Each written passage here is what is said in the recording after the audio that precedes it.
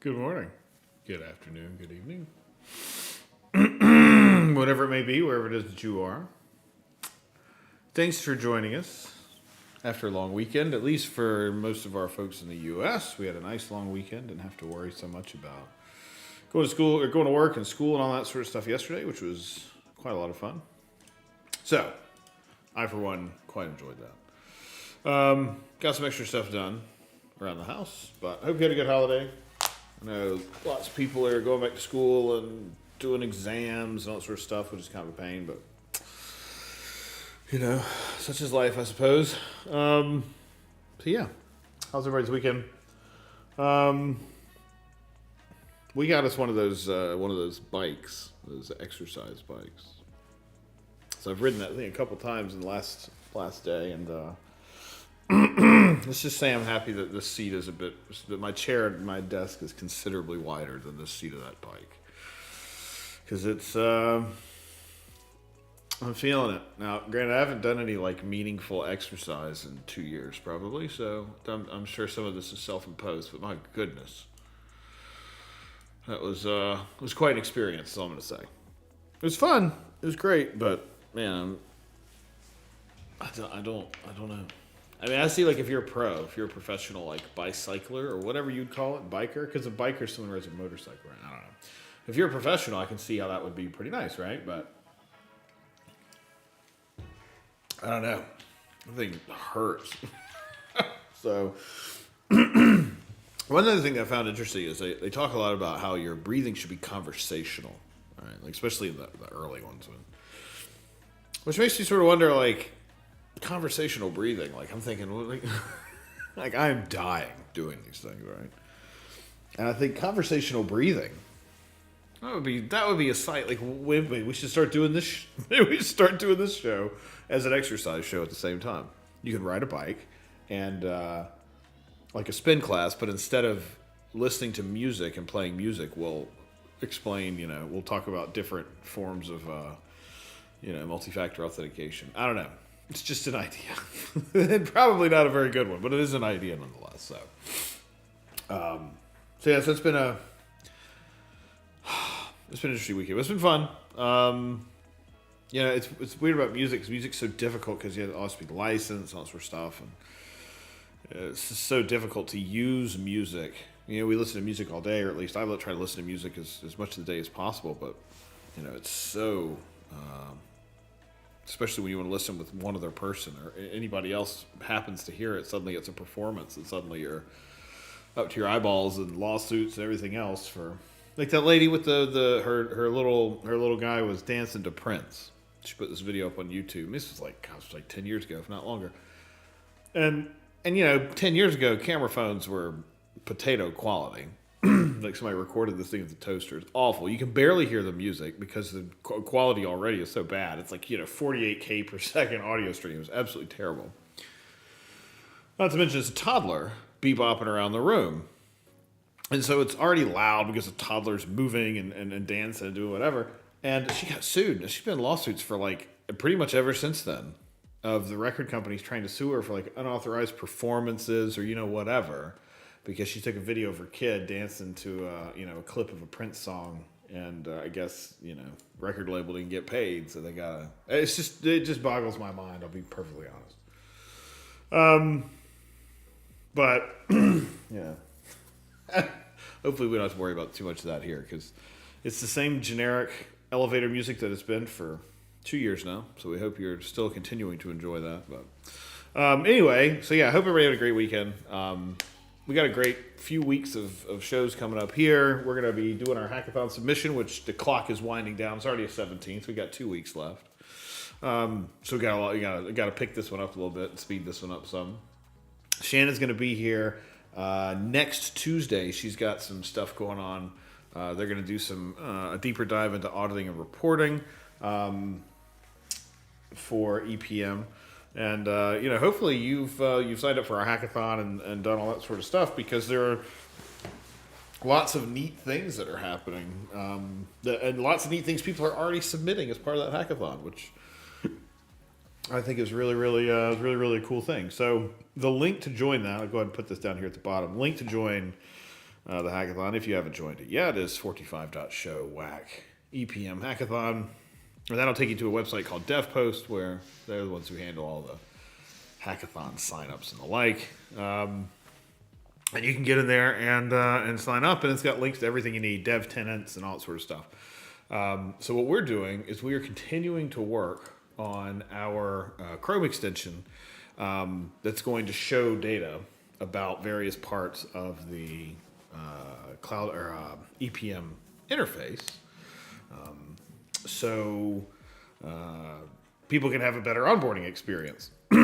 And so today, so last week we managed to get the box to pop up and the tooltip and all that sort of stuff, which is cool. Pulling that from W3 Schools, their little tooltip sample worked out pretty well. So today we got to get that box styled a little bit better because it's really small and doesn't really show you much.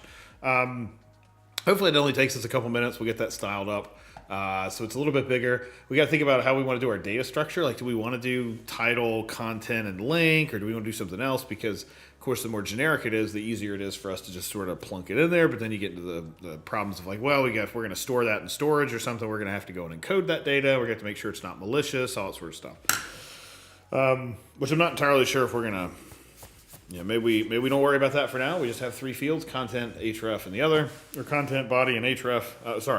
Title, body, and href, or title, content, href. They'll show up in our little box, and maybe that's sufficient. I'm not sure. We'll have to think that one through. But in the short term, two big things I want to get done today. I want to get this box looking relatively decent. And then the other thing we talked about last week was we got to find all of our permissions, all of the permission definitions, because there are a whole lot of permissions that a user can have. Like, especially when you start looking at like Azure and GCP and Amazon, like permissions can be extremely granular, which is great. It's what we want, right? We want you to have the right privilege that you need at the right time. You shouldn't be overprivileged just by virtue of being overprivileged. Because it's easier to configure or whatever, like you should have the right amount of privilege. So what we want to do is make sure you get the right permissions at the right time, and just the ones that you're actually going to use. So one of the big things that's in EPM is the sort of concept of auditing and remediation, where we say, hey, look at user X. User X has had read-write permissions on this resource, but has never used the write. For example, all they're doing ever is just reading it. So we want to fill those out. So what we're gonna have to do today is we've got tens of thousands of those things. Those tens of thousands are probably not something that we're gonna want to hand code by any definition, and some of them are deceptive. Deceptive is the wrong word. Some of them are easily confused with others. Right. So if you've got for example, the Microsoft ARM SQL Server Resource Provider. Does that SQL Server Resource Provider need, which one of those is the actual thing that deploys the SQL DB? And which one deploys, an Azure Arc data collector that goes and gets your on-prem data and connects up that way? And which one of those is a SQL managed instance or business critical, all those different things? So rather than us guessing, let's just go find that data somewhere and let's pump it in. So so if we're all good, then let's get going. As usual, join our Discord. Feel free to pop your questions in the chat. We have a friend of the show's will be joining us next week so we can argue about data structures, because he's a data guy. So he's going to come over. We're going to argue about data stuff because that's fun. Because he's like a big data person, and I am a guy who likes to write software, and so my opinion of what is the most performant data is not. He doesn't necessarily share my opinions. We'll just say that because he knows the other 400 things that you need to do with those pieces of data that I'm just like, I just need to get to it really fast. So looking forward to our friend joining us next week. But anyway, let's go take a look. Let's get into this code and take a look. All right, so it's foggy and raining. It's literally been foggy and raining for days here. It's cold, and the thing about the fog is it actually kills my internet a little bit. So, way to go! Thank you. So that you see the Vinny09 has even joined us today. So he's sharing. He's going to be making fun of us remotely. So I'm glad you could join us, and I'm going to be more glad when you join us properly on camera, so that everyone can share in the humor. And if you're on YouTube or LinkedIn, we monitor most of the chat that we're monitoring is on Twitch. So feel free to join us on Twitch, or just leave your comments. We'll come back around to them a little bit later on. So, yeah, I have a face for radio too, and we see how well that's going. So at least I'm still gainfully employed for now. It is the year 2023 and the year of our tech lords. So there's no telling what the rest of the world is going to, or what the rest of the year is going to bring. But I'm optimistic that at least I can manage to ride this. If I can manage to ride this stupid bike, I can lose a little bit of weight and get in the pool this summer and have fun and go to the beach and not have Greenpeace try to roll me back into the ocean. So that was really embarrassing when that happened a few years ago. Anyway, let's get into this code, shall we? Okay. So last time we were together, let's pull up our EPM portal here. Last time we were together, we had our EPM portal, and we're doing some basic stuff where we want to have these little things pop up. So under create configuration, for example, we've got this purple, really splendidly well done purple box, which is, I did have a friend say, hey, it looks very regal because it's purple, and regal, of course, color of kings. It's kings and queens, whatever, which I like. However, the purple and the blue and the black, they kind of feels a little clashy. Now, we can ignore the fact that this whole material UI is a very non-Microsoft sort of a thing, and I'm sure that eventually that'll all get sorted out. I'm not too worried about that. However, for now, it's what we got. It's what we're going to have for a while, so we got to kind of make the best of it. So first, we'll take a really quick look at sort of what's going on here. I'm just going to move this over here to the side. I think it's going to might get a little squished, but such is life, right? So for the 30-second recap, right now we've got static selector data. We're using selectors to find the elements to which we want to attach these tooltips. Of course, eventually, because they're going to have to, especially when we get into the permissions. We're going to have literally tens of thousands of permissions. No way we're going to stuff all those into the extension data. Now, I suppose we could. I mean, 10,000 lines of JSON. Or not lines, 10,000 JSON objects with 2 or 3 properties each. I don't know how big that's going to be. Probably worth looking to see, because if it's a meg, maybe it's okay because we can just load it up and be done. Or maybe there's a better browser data store we could use. Don't really need SQL because, again, it's all key value pair, right? So one of the things we looked at last week, even looked in our notes, was around how are we going to store this data, because a lot of that depends on how we're going to retrieve the data. And the primary retrieval mechanism is going to be when we hit a certain URL, we're going to take a hash of that URL, and the hash of the URL is really going to be our primary. That's going to be our key. And so what we'll probably do, I think, is we'll pull the partition. So we'll have a partition that's based on the hash of the URL, and we'll pull that entire partition out of table storage at runtime for that page, and then we can just cache it. So I think we probably will have to cache anyway. So maybe caching it, maybe we'll find that being all local is better because we don't have to do any sort of extra work. But we are still going to have some sort of a remote store because we want other users to be able to dump stuff in here. So that was longer than 30 seconds, but that's okay. So if we look at what this code's doing, it's injecting a couple things. It's injecting our friend Clippy down here, who's very static right now. We are parsing through all of our items that match these selectors, right? So right now we have 2 selectors, data sources, data collectors. This is our button up near the top, and area label create configuration. This is a selector that, to me, appeared to be the correct one to use for this. There could be other ones that are going to be better. I think we'll probably find some more specific ones the deeper into the app that we go, but this seems like a good one for now. So we're going to search for those, right? So we're looping through this collection of this array of objects. We're going to go search for each one of these selectors. That's what this query selector all is doing. We've got some really hacky stuff here because sometimes the app hasn't fully loaded and it's kind of a mess, but whatever. And then once we get those attachable items, we go and create an info box for them. Info box being our little tooltip box. Maybe we should probably rename some of these things so that they all sort of make some sense. We could call them something like, instead of generate info box, this should probably be something like generate tooltip box or similar, but we'll come back around to that later. One thing that's nice about doing this with CSS, because essentially we're just doing CSS, we're attaching a hover event to make something show up, has one disadvantage, which is that now we have to nest these. So like the child can, the parent can make the child appear.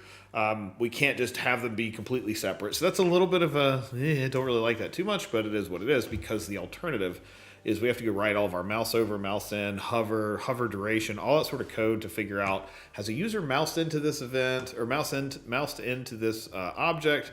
You know, how do we smooth that? Because I'm sure you've all used a website where you hover over something and then the hover disappears, and because you're scrolling, you're moving your mouse down to go try to do, grab the thing, and that's just a pain. So we don't want to have to re-implement all that ourselves. I certainly don't want to. So this can actually go, because we don't even need that anymore. So in the last thing, of course, we're gonna delay the startup of this page by 5 seconds, just because, again, we're waiting on React to load. Okay, so big thing we got right now, we've got a div called EPMG tooltip. So I'm gonna go over here to our CSS for a sec, and we're gonna make this bigger. So our EPMG tooltip. Let's see here. And again, most of this came from our friends at W3 Schools, which I was really pleased to find. So this is our tooltip text. It's our tooltip arrow, which we probably need to kind of finagle that a little bit too to make it look good. I'm also not a designer. And we do have a friend of ours who's a front-end guy. Sadly, or not sadly, but unfortunately for us, he's out for the next few weeks. But that's because he's getting married, which is great. So congrats to him. But sadly, you're all gonna have to deal with me trying to do design. So what I think is happening is essentially the box is growing to accommodate. So if we want to have just a box, we could maybe put some maybe we could put a min on this. Maybe we do like a min width of like 3 EMs. Maybe we'll do a min height of like 2. Because eventually I'm thinking we'd want like title, content, link, like kind of like a three line thing with like a big blob in the middle. We do a top and a bottom, something like that. So let's see what those look like. Now, sadly, it's also kind of difficult. I think there's probably a better way to do this, but if you're using if you're using our extension, or you're using Chrome extensions in general, one thing that's helpful is on another window or off in the corner, keep your Edge whack extensions or Chrome whack extensions, Brave, whatever browser you're using, whatever Chrome-based browser you're using. And whenever you change your code, you just pop this reload and away you go. I'm sure there's a way to automate that, but so let's reload this, and then we'll reload here, and let's see if we end up with some sort of a little bit of a larger thing once we get our code here. So that's cool. So that actually didn't do anything. It looks like what it did is add to the hover, because I think that's because what we have done, we have to put the tooltip on the element itself so that it shows up as a child. So I think we probably have to do then, we may have to encase this into another. I think we're going to have to make maybe our tooltip text becomes a little bit more. I'm thinking this might become a little bit more complex. So instead of it just being straight up text, maybe we've got a box, a div, whatever. That div's going to be inside of our tooltip, and then we can, of course, style everything inside of that as we want. So here's our width. So that's a fixed width, which, of course, for what we're looking at, we probably don't want to have. So let's go back and look here. If we were to add in to our things, we've got a span. So if we were to,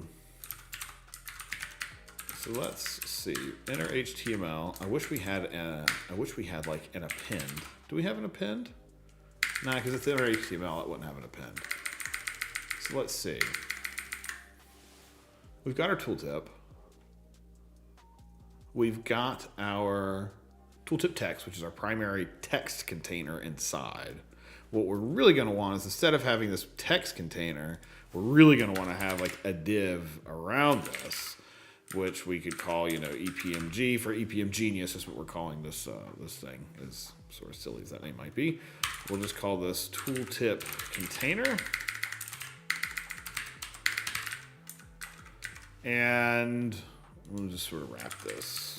Now, I think our better way to do this, we're probably going to want to generate each one of these, and then we'll just start appending children. So we'll have our div that gets created.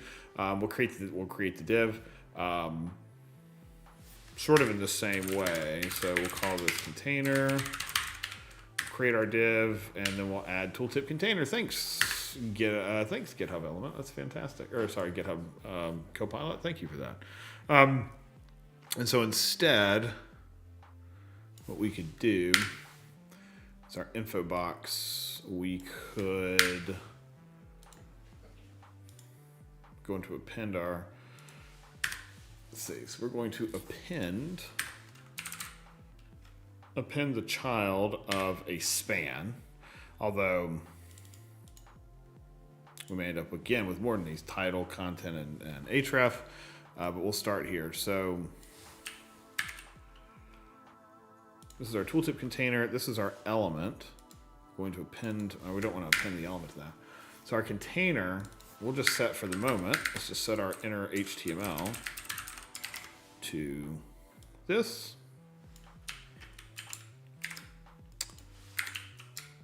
Okay, and then our info box itself, we will append our container. There we go. And then we will append the info box to the element itself. And the element is the element that we found on the page. So the data collectors tab or some other tab, whatever. So just confirming, we'll just go ahead and make sure that this works the way we expect it to. I believe it should, but of course it's the web, so anything's possible. Our data collector tab should be back to normal once this loads. Cool. Now when we hover, are we going to see our stuff? Well, it doesn't look like it. So that means we've done something wrong. So let's open up our thing here. Info box is not defined. Okay. That is because I have the wrong capitalization, of course. So, all right, save this, reload it. Let's make sure everything's good.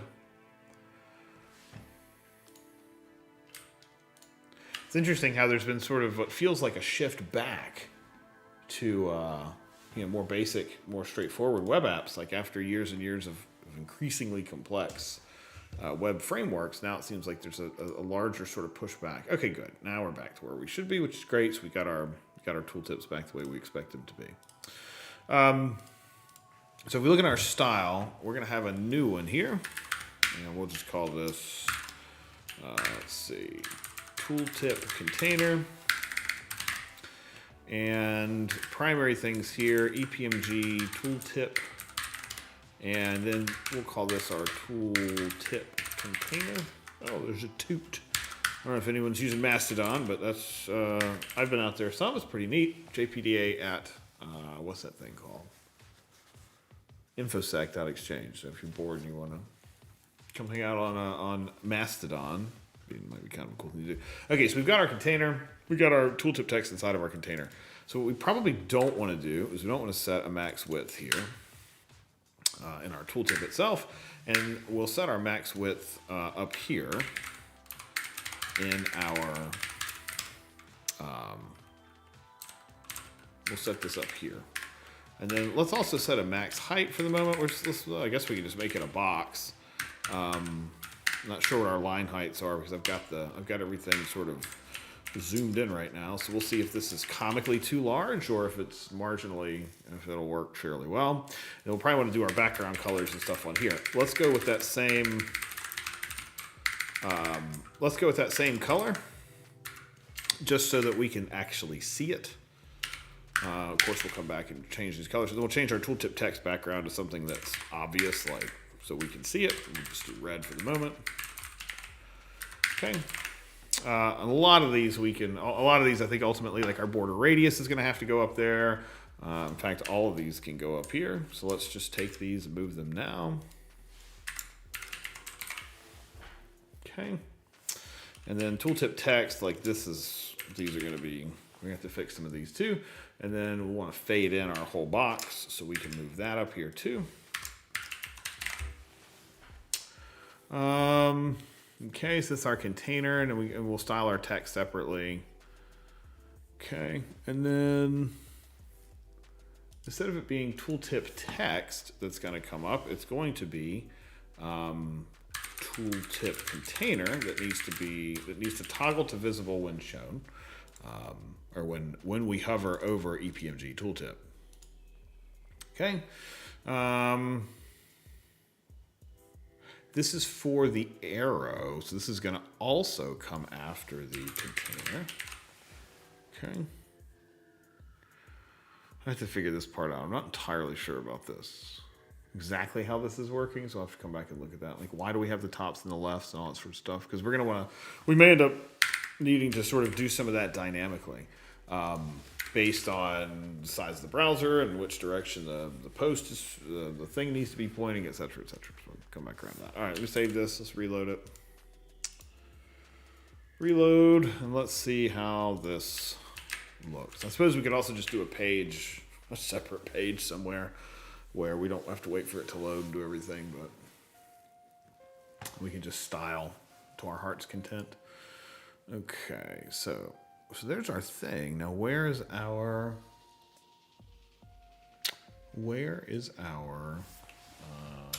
thing?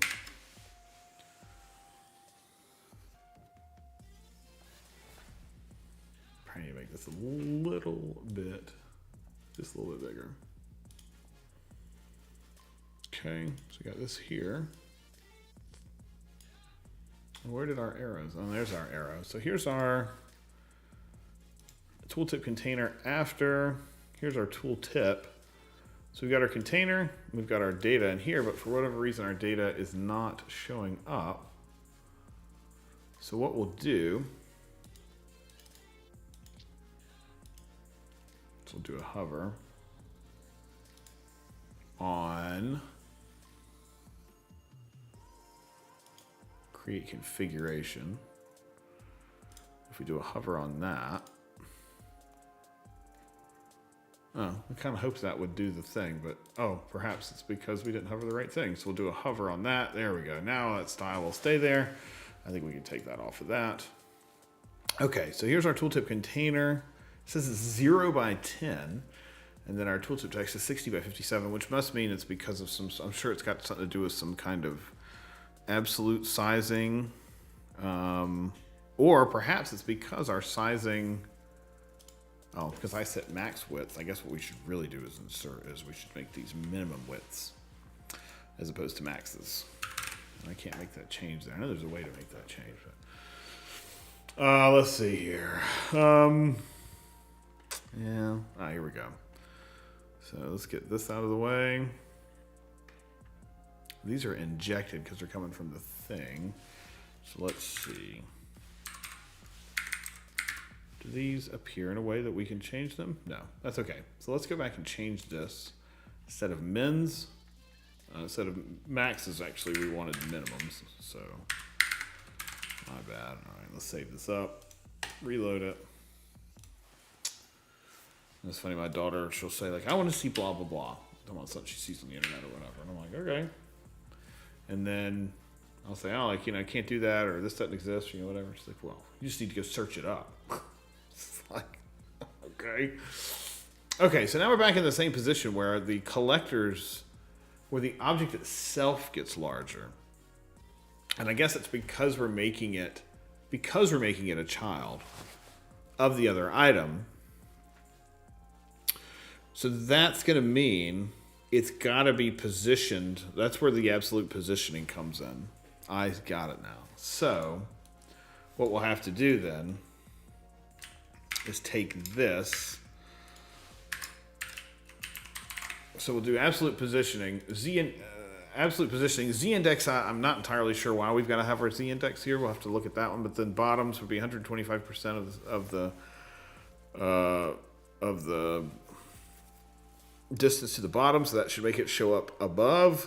50% left, and then we'll also have a negative 60 margin left, which should put it in the middle of the whole thing because it was 120 earlier. So that's some of that sizing is probably going to be a little, I would assume, probably a little weird because there were fixed sizes before, and we're not going to be using fixed sizes. So let's reload this, see what we get. BSD guy in the house, welcome. Good to see you again. I have no idea what that is. Oh, it's hype. Oh, that's one of ours even, isn't it? Oh, I never would have. That's awesome. Welcome, BSD guy. Glad you're here. We're stumbling hard through CSS and HTML. I'll be so glad when this part of this is behind us because I'm not a designer at all, and I'm not very good at it. I don't like doing it. So, okay. So I think our minimums and maximums here definitely need to be bigger. So let's see. Let's do a 16 by 12. Feels like a good size for packing in loads of information and being really information dense. Yeah. Okay, tooltip text. We don't need visibility hidden because it's going to be hidden in the parent container. So let's see now if at least our content gets injected in there. Give this a reload. Wait for our thing to pop up. There's our guy, and there's our data. Awesome. So we got a good little box here. If we wanted to have, my original thought was to have 3 rows. So when you hover, you're going to get the 3 rows. Now, the arrow in this is totally jacked up. The arrow here is, or this box is completely useless. So you're going to have to figure out a way, based on, I'm guessing, other visibility, we're going to have to move this thing around, right? So this one's top firing. We don't really want it to be top firing. We probably really, in this case, want this one to be bottom firing, so it's going to show up underneath. But then something like this, you could be scrolled down the page or something, and we might want that, something like this is going to really have to be any one of them. So I think we could do it manually, which I don't necessarily like. We'll be faster, at least in the short term. So we could do.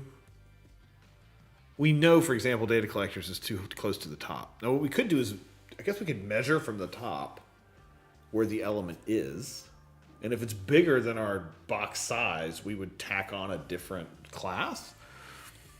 So let's look at how we do that. So the positioning of the container is primarily driven top here, left and right here. So if we were to have, so what about this? EPMG tooltip container, EPMG tooltip, right. Oh, let's do top, because we already got the top one, right? I guess I could just do a dot top. Right? So our top one is oops. No, I don't want to open up any websites right now. Our top one's going to be bottom 125%. Presumably, and being incredibly simple here, the right one, I have no idea if that's actually correct, but we'll come back and look. We'll probably need to do one bottom too, right? So that, okay, thanks. Thanks. I appreciate this, Copilot. And left. Oh. Okay. So let's get this stuff out of here. Okay. Now, for the moment, I'm really just going to do this.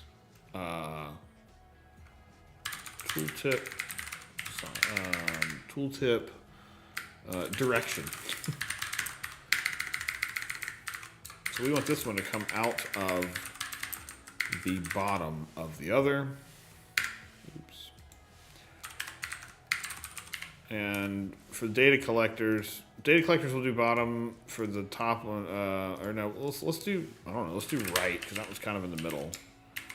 So let's see. And I mean, this is super, super silly. So like, I'm not.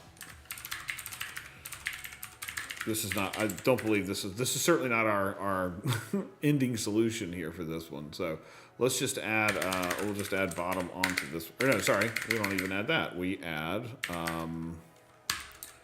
we'll add whatever this thing says, element tooltip direction. Let's go. Okay. Don't like this at all, but that's okay.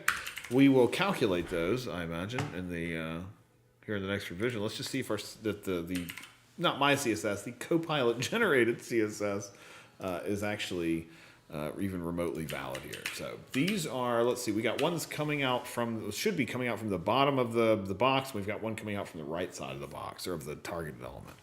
So let's see what we get here. Okay, not too bad. We'll have to do some adjustment, I think, to get it. But it does come out of the right side, or it is coming from the right side. And this one's coming from the bottom, but also behind, hidden behind some things here. I think that Z-index might be throwing this thing off just a little bit, because I'm not entirely certain why we even have the Z-index here, if I'm being perfectly honest. Because if there's anything we know, it's that there's 20 years of developers writing Z-index bang important 9999 all over the internet. So I don't know if that's necessarily going to be I don't know if Z-index is necessarily going to be the best way, because even then we're covering it with our own thing, which we probably shouldn't be doing. And it's still, this little box here, our no data collectors configured static stuff is also covering it, as is our data here. So I'm feeling like we are probably going to have to do some sort of Z-index hacking, we'll say. I guess, am I going to be that guy that does it? I don't want to be, but for the moment, for at least for our time being. Now, the other part of me believes that on some level, if I do enough, crimes against CSS, eventually a designer will show up and just say, you know what, I'll just please stop, and I'll just do it for you. Okay, so that one still doesn't show up. This one does show up, so that's good. It does cover these things. This one still is not. And so out of curiosity, let's see.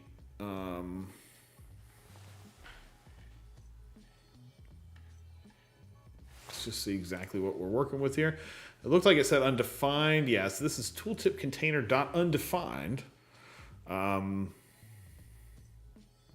which means I tried to add a class to it that did not exist. So I have to go look at that and see what happened. Top, right, bottom, and left. So element data tooltip direction here was bottom. So that should be correct, right? Huh. I'm kind of surprised that would show up as undefined, seeing as it's... So there's tooltip container, which is our root. Element data. Oh, it's not element data, is it? Of course not. It is. Oh, it's not even our content. So let's see. This is our element.selector. Then what do we send into this? We send in content, which I don't really want to do. So I guess we'll have to send the entire element in, and then this will become element.content, which actually is even correct. Our naming here has gotten quite bad. Let's start first. So let's call this, I'm going to call this target data. Let's get explicit, target element data. And then this will be our target element. So target element. We'll call this target elements, just for the sake of completeness. Those extra bytes are going to be cheap, so we don't have to worry about that too much. So what we found here were target elements dot length. Cool. So then what we're going to send, so for each one of the target elements that we found, And we will call this, you know, we'll call it found element, maybe. Maybe that's a good thing. I don't know. Found element. What we will send over is the found element, and then the target element. Target element. There we go. And I guess maybe that should what this should really be here is target element data. I guess now we are getting a little verbose. And I know that there is a way to do the. There is a right click. Oops, I don't want to do that one. I know there's a. There we go. Target element data. That makes much more sense, I think. Be much clearer to anyone who comes and reads this afterward what exactly it is that we're doing. So that means that in here, what we're sending in is the found element, which is the element we actually want to do things. And then we're going to share our target element data. I think that makes a whole lot more sense. So target element data should have tooltip direction on it. Target element data will also have a content property. And then the element will be the found element. And that will be what we attach to. I always say, oh, you need to make sure you should use super verbose method names and blah blah blah. And it's like, no, we'll just use A's and B's and C's, and then of course you go back and read your own code and get confused. All right. Now we got that little bit of hygiene out of the way. Go take a look, make sure we haven't broken anything. Looks like it has. Looks like some things have broken. Is there anything in the console? Yes, there is. Okay. Target element data is not defined. So we probably need to change this up here. Call this.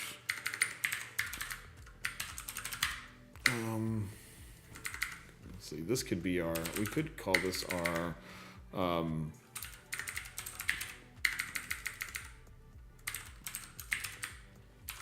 Call this our overlay data, maybe? I know I'm changing names again, but let's see. Call this our overlay data. And then this becomes our overlay data. So for each overlay data, in there we have our target element data. Okay, I think that should be good.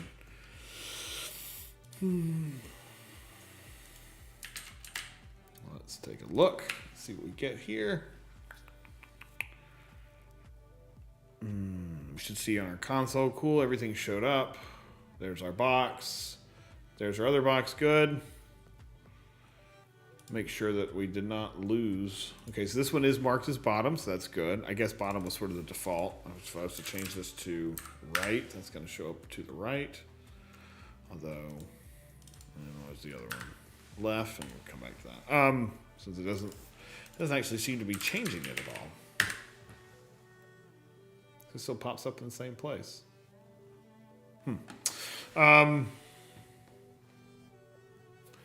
So what is the, why can we not see this? I guess first thing would be, let's put a hover on this. So that'll make our, since that'll make our box show up. And let's go look at our container. See why our container is behind everything. So now we've got our silly thing here.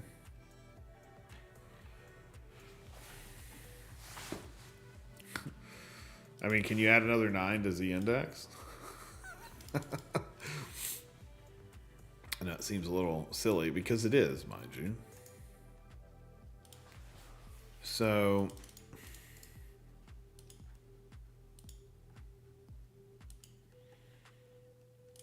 I'm assuming I can't change this in here. No, I can't. So then what, how is that still behind this, I wonder? So here's the panel alert. Let's see what's in here. I wonder if it's because, yeah, I'm gonna have to go read about this, I think. Because I'm wondering if, I'm almost certain, there is most likely, I would assume,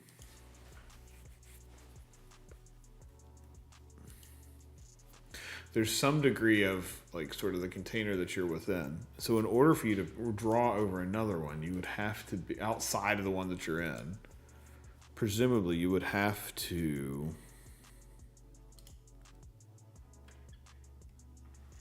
there's going to be some kind of an overlay. Yeah. There's going to be something that keeps it from jacking up the rest of the page, you know. So I'm going to have to come back and figure that one out a little bit later on. Because I'm not entirely, because I don't think that setting Z index is the right thing to do. And because it's not really the right thing to do, I don't want to perpetuate the wrong things, you know. Now it could be, I wonder if it's because the tooltip itself, the overall box, is the thing that needs to be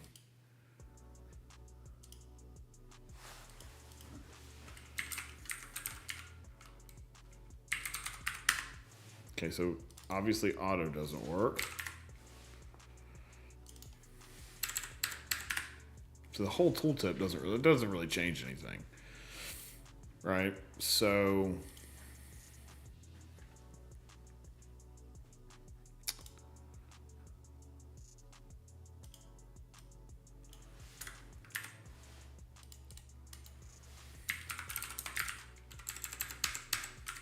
one extra 9. No, that's just silly. That's not going to work. Yeah, I'm gonna have to figure that one out. I'm sure that there's something that has to do with how they go over. I suppose the other way to do this would be, which would be much more of a pain.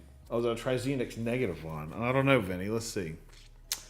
Z index -1. Let's see here.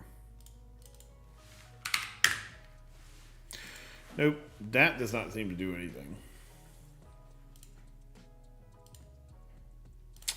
So, I'm also feeling like Z index is one of those things that's probably going to be, let's see, only works on positioned elements, absolute, relative, or fixed. We are relatives, that should be fine.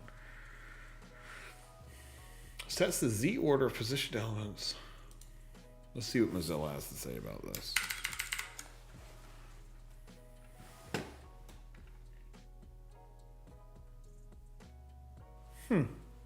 Now, auto is interesting because I wonder if it's one of those things that, like, once you introduce Z index. Oh yeah. I wonder if it's one of these things where when you introduce Z index, you like completely jack everything else up. Oh, stacking context. Goodness gracious. I feel like I've been out of this for way too long now. Oh my. Okay. The stack level of generated box, the current stacking context is 0. Okay. But what is the stacking context? Is that like the parent container? The Z-index property specifies the stack level of the box in the current stacking context and whether or not it establishes a zone. Okay.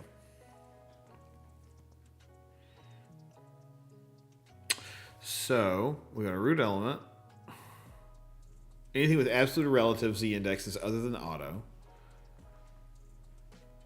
Anything with fixed or sticky. Child of a flex, child of a grid. With an index other than auto. See, I'm wondering if now part of me thinks that by putting the 9s in there, I've like totally jacked up all of the other ones. So I wonder if we just took those out even. All right, like let's put this back to.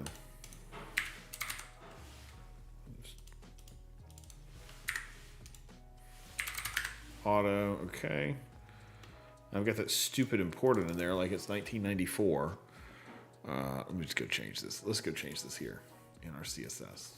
So let's take Z index out briefly. Oh, wait a minute. We are absolutely positioned here. But that was okay. So we want that to be at the top, of course. Are there any more Z indexes written here? Okay, so there's this clown too. Quite literally the clown, Clippy.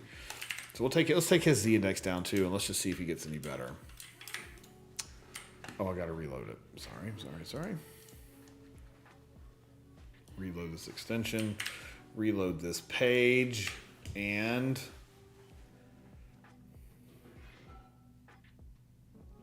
Clippy's still there, so that Z index wasn't necessary. That one's fine.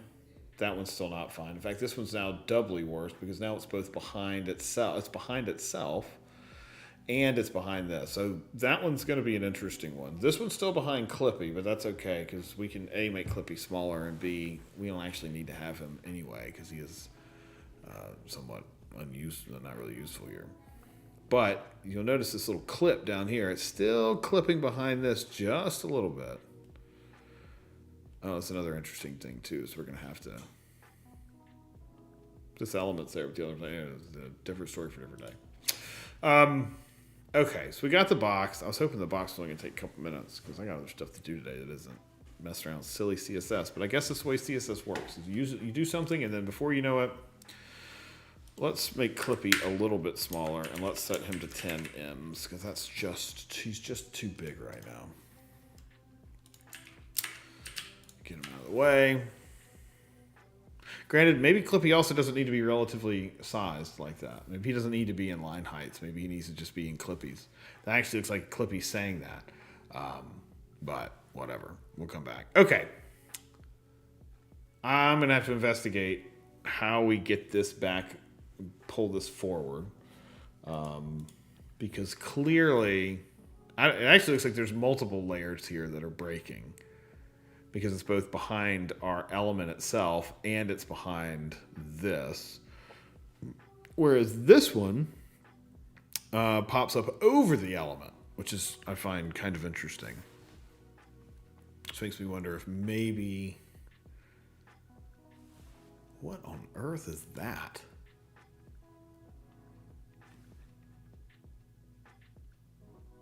Is that one of mine?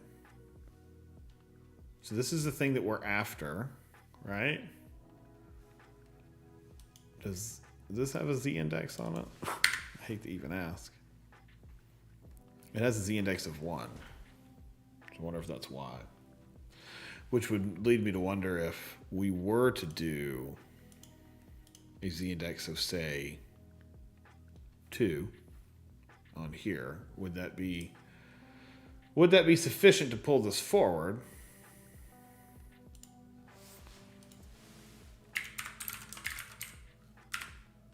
So it does pull the box in front of that. So that is, and since they're using it, perhaps we should keep that. But the other one is this stacking context. Presumably this stacking context is just kind of outside of, it must be outside of the context set by this box. Because I don't see a good way. I don't see this thing setting its z-index anywhere. Don't see the alerts. Let's see, this is alerts panel tabs. It's definitely behind that. So there's the alerts panel is what it's behind. Flex, row, center. All that looks fine.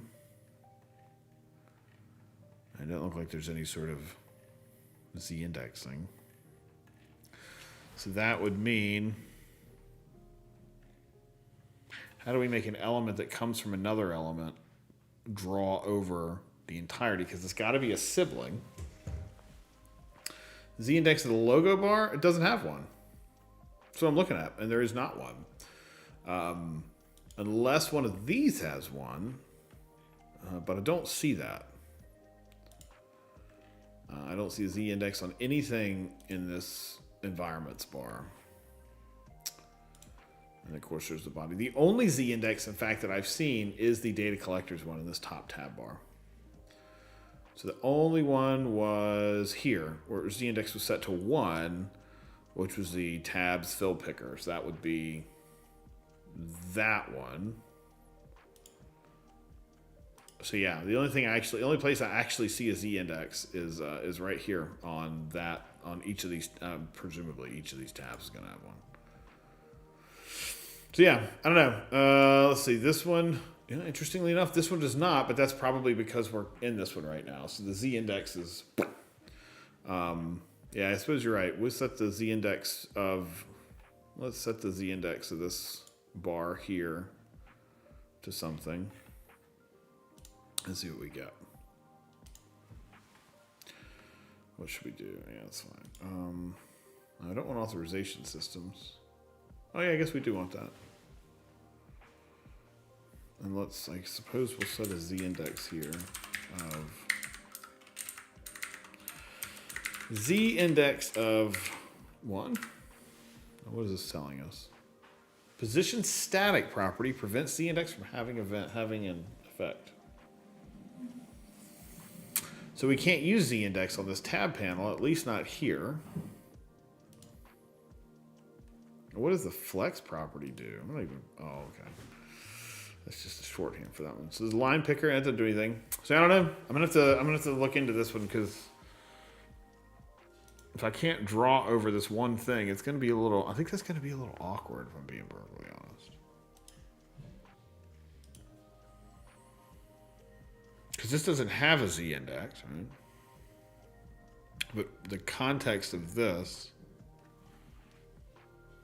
what is that little, I don't know why this thing has a, oh, the 3D view. Here we go. Oh, wow, that is super cool. I've never actually seen that before. Okay, okay. So, why is that covered up?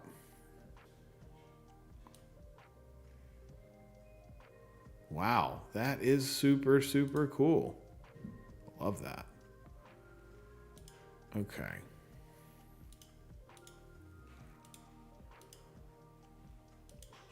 So this is helpful, but it doesn't seem to actually do much in the way of figuring out how to change it.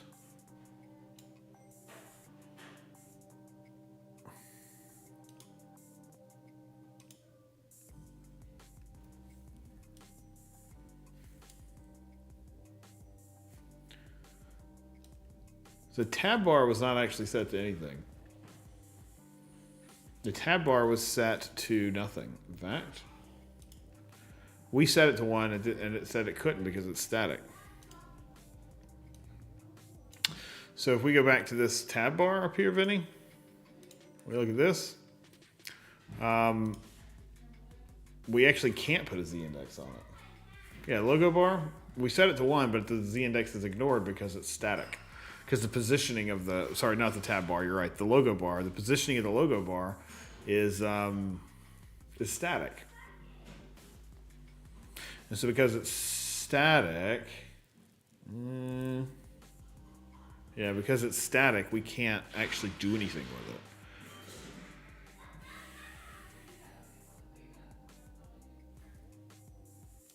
Well, above it is this tab. Do I have a Z? I don't think I've got a Z-index on the tab bar, do I? I only have a Z-index on this one tab, only on the data collectors tab. It's the only place it is. And that, so far as I can tell, is to make this little corner show up as on top of the other one. Because it's only on the tab, on the active tab. It's not actually on the... So if we click this one and go over here, and we look, you'll see this has a Z-index. But like if we go to inventory, if we go back to the authorization systems one, it no longer has, oh wait a minute, maybe it does have a Z-index. Oh, it's fill picker item. Hang on. That has a Z-index of 0, whereas the one that you've selected has a Z-index of 1. So that little comes out over the, so that little guy comes out over the front. So what it seems like anyway, is that it may be that in order for our boxes to show up, that they need to be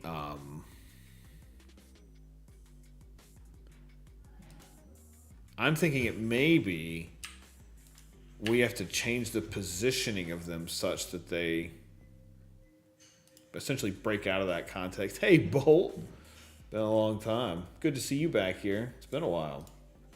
And yes, Clippy's back, although I'm not entirely certain how much I like Clippy right now. So I'm not quite sure he's doing what, I'm not quite sure I like what he's doing. But yeah, Clippy's back, at least for now. So I don't know. I'm gonna have to, I guess my afternoon's gonna be reading about Z indexes and Z index things here. Anyway, I'm gonna scratch this one and we'll come back to it because there's one other thing I wanted to get to while we're here today. Might be a good time to take a really quick break, but let's go over here to I'm gonna go over here to like a different environment that we have that has a lot more like real data in it. And then we can give. I got to figure out this authorization data thing of where we can find this authorization data. Are you telling me that all of our streams collide with your schedule? What's your schedule right now, Bolt?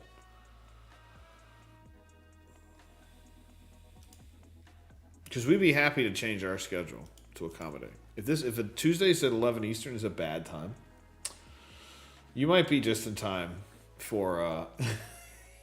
You might be just in time. So, I don't know.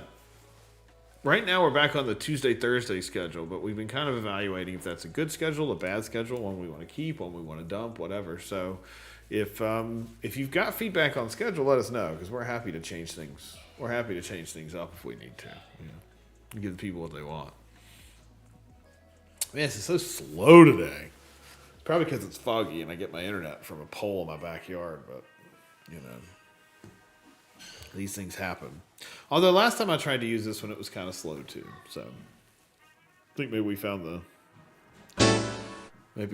the servers are running on.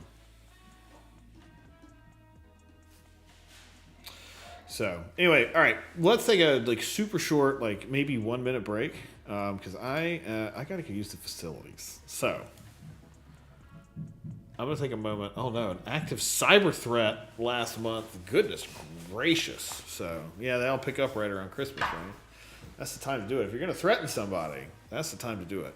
So, oh no, this is not the kind of screen that we want to see. Okay, we're gonna take a really short break. When I say short, I mean like 60 seconds tops. So we will definitely fit within the theme music. So we'll be right back, and we're gonna hopefully dig into some authorization, or dig into our authorization stuff today.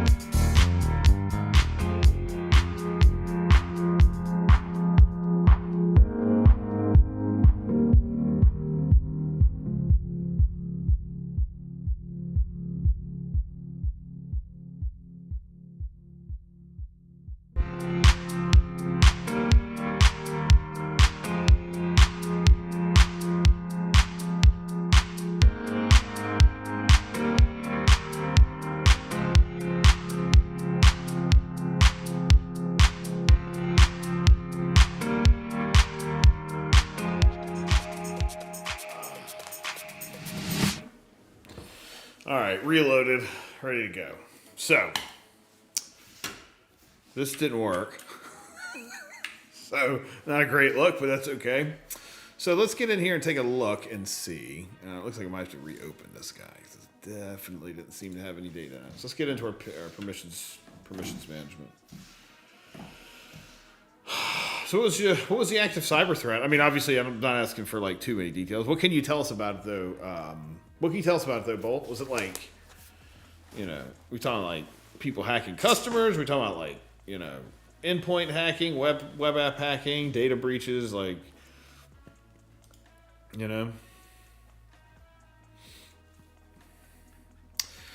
Well, maybe this isn't going to happen right now today, which is kind of a bummer. Let's try Azure. Ah, there we go. It's because they had chosen AWS, and something tells me maybe the budget people killed our demo environment at AWS. Anyway, okay. So let's take a look at one of these. This is our analytics. This is the analytics screen of EPM. So in here, we've got all of these. right? Now, who here, by raise of hand, or chat message, I guess, who here knows what Microsoft dot I don't know, purview accounts Kafka configurations delete does? Right? I mean, who can tell me unequivocally what this does? Because I don't really know. Same with the other tens of thousands of ones that are in here. Like service bus, let's see. Namespaces, disaster recovery configs, failover action. I mean, we can guess. I'm not saying we shouldn't be guessing, but I feel like these all exist somewhere and we should be able to go figure them out. But I'm pretty sure, I feel like Azure SDK is where they would be. So maybe we should go over there and take a look, because these are all of the captured, or these are all the ones that are part of the Azure API, right? Because this is all the RBAC stuff. So if we look at like SQL, for example, this person is only using 5 permissions out of 562 available for SQL. So it's quite a bit. So, interesting. So it's a financial attack. So they go after folks by basically billing them like crazy with SMS MFA. Interesting. It's a way to do it. We talked about that last week on this, about what if somebody goes and beats up our storage account? We just have to, pay them by the transaction. So there's always a risk. So I get it. I mean, and it's one of those things that's kind of hard to mitigate too, right? Like, what do you do about it? I mean, there are lots of different things you could do, but each one of them has its own sort of share of the pain, I suppose. So, I don't know. But I'm glad sounds like you got it all sorted, so that's good. So, okay. Let's go dig into one of these. I'm just going to pick one that's maybe a little bit smaller, and one that's obvious is definitely the wrong word. Let's look at Microsoft Autonomous Systems. Only because it has 3 in there, right? Or what is Azure Data, for example? Like, Vinny's the data guy. What is the Microsoft Azure Data namespace? Do we know? Like, does anybody know? Let's go look.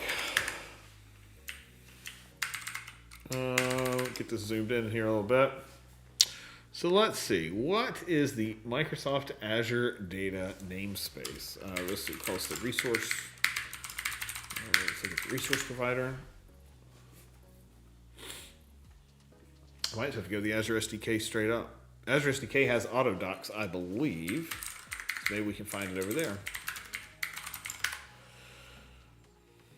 WAF rate limiting. WAF rate limiting. Get through Christmas. Now you got some reCAPTCHA and monitoring to see if it helps. Very good. Very nice. And that's the thing, right? Is now we end up in these trade-offs of like, do we, I got to proxy everything so we can put proper security, proper things over it, And what's that trade-off look like and or feel like? It's just, it feels like there's always, nothing's ever clean, nothing's ever automatic. So it's nothing but a collection of spinning plates. Here we go. Is it Azure? Let's see if it's in here. Azure GitHub IO. I think this is where like the auto docs all sort of end up. So let's see, what was the one we were just looking at? It was called Azure Data. Yeah, it's just data. Let's see here. That resource provider that we were just looking at. I want to find that one. Microsoft.Azure Data. Maybe there isn't a corresponding one of these. Maybe there isn't one of these. Or maybe it's all wrapped up in something else, right? Maybe the better thing to do is let's go do GitHub search. See if we can find that. Go find the right browser that I'm actually signed into GitHub with. And let's look at Microsoft.Azure Data. See if we can find that anywhere. So let's see. Commits? No. Oh, these might be obsolete, depending on what these are. REST API specs, interesting. Microsoft Azure Data is the SQL Server Registry. Okay, so then enlighten us, Vinny. What is the SQL Server Registry? What does that even mean in the context of Azure? I don't know what that means. REST API specs. Let's see. Are they in here, perhaps? Azure Data. This repository. Here we go. So this is the Azure Data Resource Manager. Okay. And this, I believe, these specs are where we should be able to get most of the data for what we want to display on our thing. So let's go take a look. This is the Azure Data Resource Manager spec. Now this is a certain API level and all those sorts of things too, which are kind of wild. So, but if we look through here, we'll see, let's see, Microsoft.Azure Data, SQL Server registrations read. So this gives us SQL Server registration and it allows, retrieves details of SQL Server registration. So it allows the user to read SQL registration. So that's relatively straightforward, right? But as we get into some of these other ones, having actual sort of English explanations of these, for better or for worse, I think would be really helpful so that as we hover through our permissions here, we can see exactly what somebody can do, not just what we assume they can go and do, right? So if we look at the Azure REST API specs, I wonder if the fastest and or easiest way to do this would be. Do we dump them to something?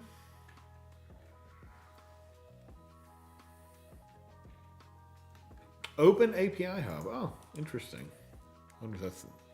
I feel like that's probably going to be locked behind something for now, but. I suppose we could go through the.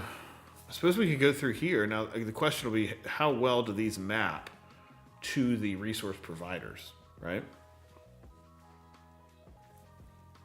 So if we were to come, and let's go to the main branch and see, or maybe we pick a specific version. So are these all going to map to these? And that I'm not entirely sure about, but something we can certainly take a look at. That kind of makes me wonder, like, are the resource providers ever actually fully documented? I'm almost certain they'd have to be, because otherwise Resource Manager wouldn't work. But of course, like we've always seen in the past, we see a lot of very basic resource providers to start that get more and more complex with customer feedback over time. Okay, Vinny, so you say this is really just for SQL registration, but like, what do you mean SQL registration? You talking about like just creating a SQL server, like a SQL DB somewhere in Azure? Like what would I register SQL for? Because there's also an Arc data, right? It's Azure Arc data up here, which presumably is for on-premises SQL. So I don't know. I'm just kind of curious, but so in here we know the. Oh, so Azure knows it's there for licensing and maintenance. Interesting. Okay. I'll take it. So it's kind of a pseudo-internal one. Or internal, but it's an infrastructure one, we'll say. It's for letting you do your thing, right? Presumably Azure Scan maybe is something similar. I'm not sure. But Azure Data is the resource provider. And then it's got these things on it. And if we look in this repo, I'm going to do the really basic thing here and just search for Azure Data. So there's Azure Data Resource Manager. Let's pick another one just completely at random. Now, these are all Microsoft prefixed with the exception of the Marketplace ones. And I don't know if we host the Marketplace ones or not, but it looks like there's no Microsoft written here. So let's just try, I guess, Windows ESU, since I have no idea what the Windows ESU Extended or Enterprise something, I'm sure. So then does this have... Okay, so there's our preview. There's our version. So that's good. That works. Here's our JSON. Okay. Oh, these are extended security updates. People can't migrate off of stuff. Okay. So this gives us our paths. So we have that. This is cool. We can see our operations. And I'll just open this one for the sake of taking a look. We've got multiple activation keys, delete, read, and write. And let's see, is there, where are our permissions? Oh, here we go. Multiple activation keys. Okay. That seems, I mean, it seems fairly reasonable. I think we're going to get into a lot of parsing, but, you know. Which makes me wonder, what's the fastest and easiest way we can dump all these into one thing that we can go blast through, you know what I mean? It is get. I suppose we could clone it. It's a lot of JSON, though. So I wonder if we were to, we could maybe preload it. All right, let's see. Okay. Oh, there's a lot. I mean, there's a lot of information in these, which is actually really, really useful. These are all API specs, though. So, wait a minute. Are we not in the right one? Yeah, this is Resource Manager. Okay, okay.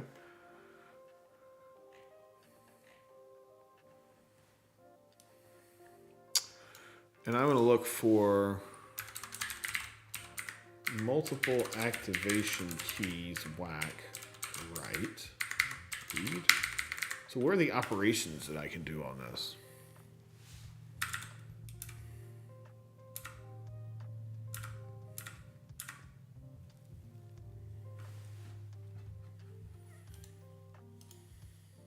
Okay, the IS extension agent. Oh, okay, yeah. Oh, very cool. All right, I'll come back around to this just a sec. So the permissions in question here.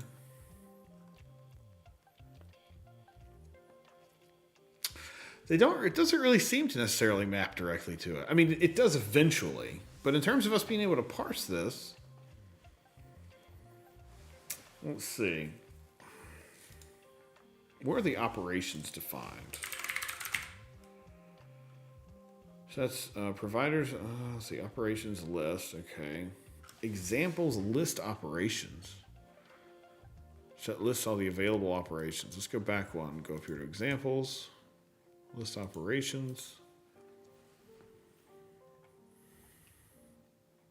So this one only seems to have any sort of anything for read. Doesn't actually have a delete or a write listed. That's not to say they don't exist, of course, but that. Let me just take this one. Let's just. I mean, I'll search for it and we'll see. You know, if it works 50% of the time, I'm not entirely sure that's going to be that useful for us.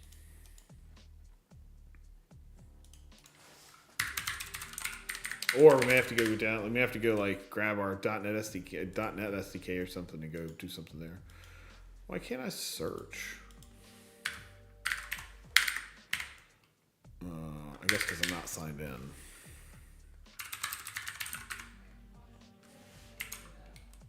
Here we go. Let's do this.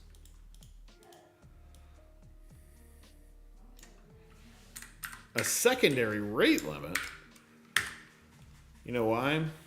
Because my internet is back behind like 4,000 different NATs. Because we've got essentially cellular internet here. So since I'm not signed in, it's like, oh yeah, you obviously you're up to no good. So let me just go. We will go where I am. We'll go where I'm signed in. Okay. So if we try to find this, there's nothing in there that mentions this one. Now, that's not to say we couldn't derive it from something else, but it is, I guess, maybe a little concerning. And maybe some of it's just that some of these aren't going to be documented. I mean, how many people are deploying extended service patching licensing through Azure? Maybe not that many, and maybe that's why we just don't end up with one. So we could use something that's maybe a little bit more commonly used. Now, why there are two of these and one's capitalized and one's not, and they show up as completely different things, I don't even know if I want to comment on, because the comments would be nice. But let's go look at this one. Microsoft.web, which is app service essentially, right? Microsoft.web, whack, certificates, whack, delete. Let's look for that one.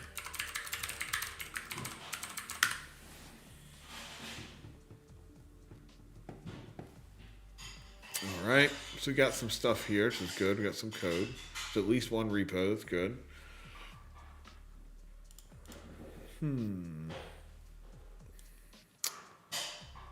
Okay. I guess we'll look at some JSON. Maybe we'll look at some YAML. I don't know. I'm sure somebody out there's written a YAML parser because it won't be me. Okay. AZSK. Come back to this one. Okay. psconfig. Oh, we could maybe go start digging through PlayStation PowerShell modules. So hopefully we don't have to do that. What is AZSK? I feel like I should know what that is. I think I'm about to be really embarrassed because I don't know what AZSK is. Is it a thing? No. Okay. Maybe it is. It's got to be something. I just don't know what it is. That might be one that we can use. These are ARM alerts. I don't necessarily want alerts.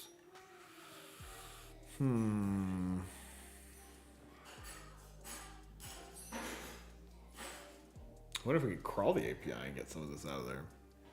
But I would still think that would be in. Oh, you know what? It's probably because I probably gotta sign in because it's probably not even searching the Azure one.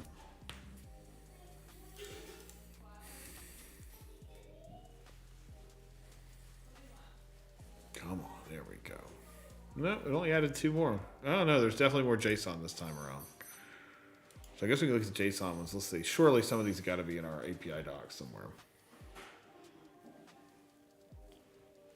I suppose the other thing is we could also dump these from the SDK, but that implies that they already exist somewhere, right? Somewhere else.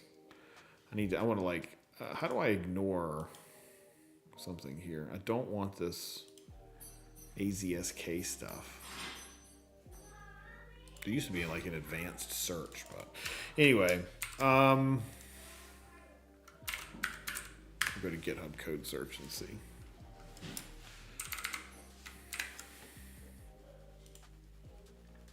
Okay, so we want this, and we want to ignore certain things. I don't know how to ignore things.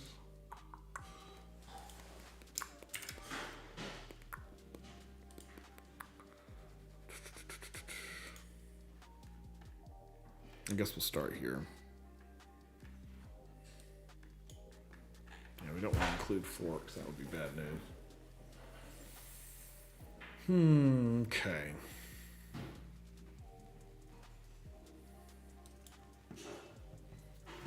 I wonder what that wiki is. That's kind of an interesting one too, right? I mean, I don't know. Are we doing these in YAML now? Okay. So Open API Directory Master. Where are these coming from? That's the thing that's killing me. Where are these folks finding these? Because I know they exist. They must exist somewhere, and they're being generated by something. But where are they all in the Azure SDK specs? They must be. They gotta be, right? Yeah. Autogen. So that's just the REST API docs. So they're being generated from something, right? You would think.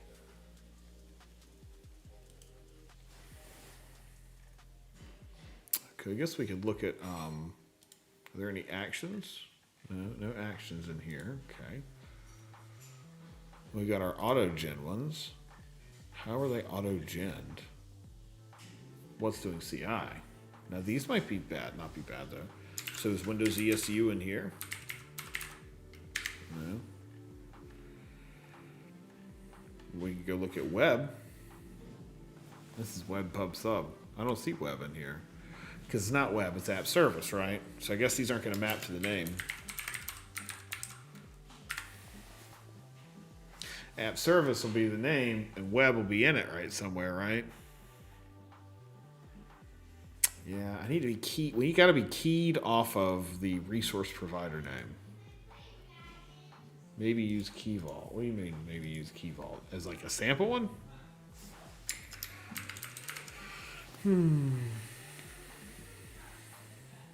Yeah, we can see how these get. We can see how these get generated, I suppose. But these aren't necessarily the permissions. These are the operations, which are, of course, important. But we need the permissions and what the permission definitions are. And there's a part of me that's wondering if maybe this just isn't doable.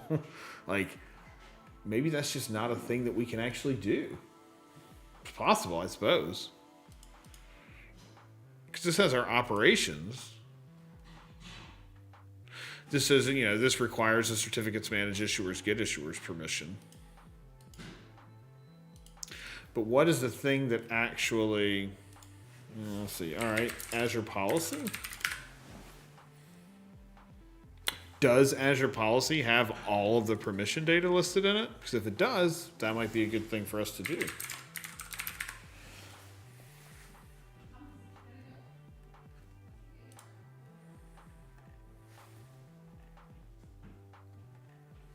Then of course that raises the next question, which is how can we make EPM work with policy? That'd be kind of cool.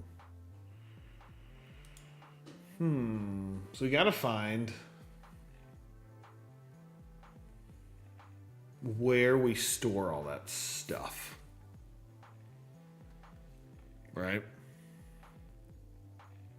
And I'm pretty sure it's documented in the resource provider. But that would also imply that we all know what our things are, right? That would imply that we know what our, that we know what all those permissions are, that they're all discoverable, right? Which obviously for enforcement, they're discoverable. And in certain cases of, when you're in the portal, they're discoverable. Hey there, Fuel. How are you today? I hope you're having a good day. It's getting to be lunchtime over here. I'm going to have to dip soon. So, raises, I guess, the next question, which is... All right, Bolt, we'll see you. Thanks for coming and hanging out. I'm going to have to get out of here shortly myself anyway, but I guess the other thing I'm starting to wonder is... I suppose one thing we could do is go look in the portal when we start building custom roles. Because at least they got to come from somewhere, right? Right? Like these aren't like magic things that don't exist anywhere else. They got to come from somewhere. So then presumably we should be able to get a hold of them through and ideally through some sort of an API.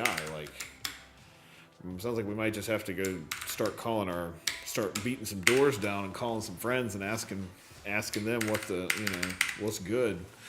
So, for example, if I wanted to create an Azure role, right? Let's go to I'm gonna go to a resource group and let's go to something that I can break and it's okay. Network Watcher RG. Nobody uses Network Watcher in my subscription, so let's go use this. So if I wanted to come here, we go to IAM. If we were to create a new role, right? Create your own custom roles, right? So we can create custom roles. We know we can do that. So add a custom role. And we'll call this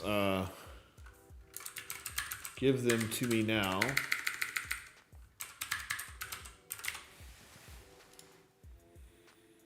We can start from scratch. Let's add some permissions. Okay. And let's search for, I don't know.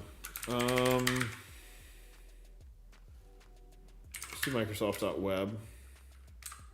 Okay, so there's our web apps. So in here we have actions, we have data actions. Interesting sort of split on those. Okay. So this, this is very close to the kind of thing that we'd want to have, right? Policies is a return stroke where you can define a set of permissions at a tenant level and have it associated to a role, group, resource, etc. So wherever policies is getting its set of data, maybe a good place for us to go look too, right? So if Azure Policy has, which I don't know if Azure Policy, I don't know how much Azure Policy can you define Azure Policy through API only? Could we build a new interface for Azure Policy? I don't know.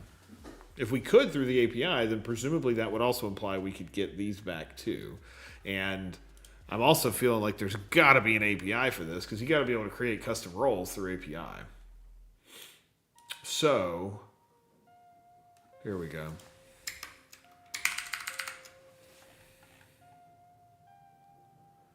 So these are the roles. There's REST API, providers, roles. So these are role definitions, of course. API versions of Azure RBAC. So these are the RBAC. Maybe it's the RBAC API. Maybe that's everything we got to go do. Role definition list. Okay.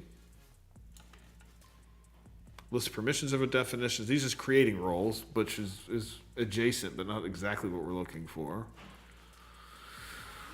This is all PowerShell. Oh, I feel like this is very close, however. Granting user access, secure resources, how-to guide for assigning roles, creating or updating custom roles. So create a custom role through, say, CLI.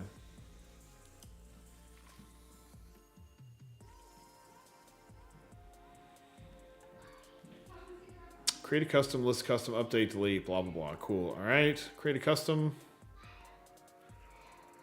list of actions for the support resource provider. Okay.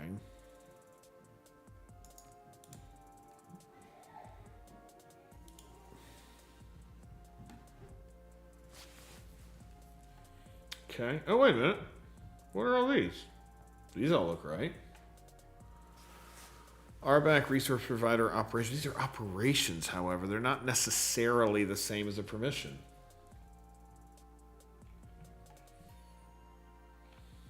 But I do think this gets us much closer. So these are all here. Resource provider operations are always evolving. Cool, it makes sense, right? Get AZ provider operation or AZ provider operation list, which I wonder, I hope, possibly, if we're lucky, we might be able to find a. There might be part of the Azure REST API that does that for us. Let's go look at something simple like compute. So if you have permission to do that action, sorry, we'll skip the registration. Let's say availability sets read and write. So if you have that action inside your role, you're allowed to do it. So maybe we start here, and then worst case, if some of these don't show up, then, I mean, some of them just don't show up. Right? But it's not necessarily that.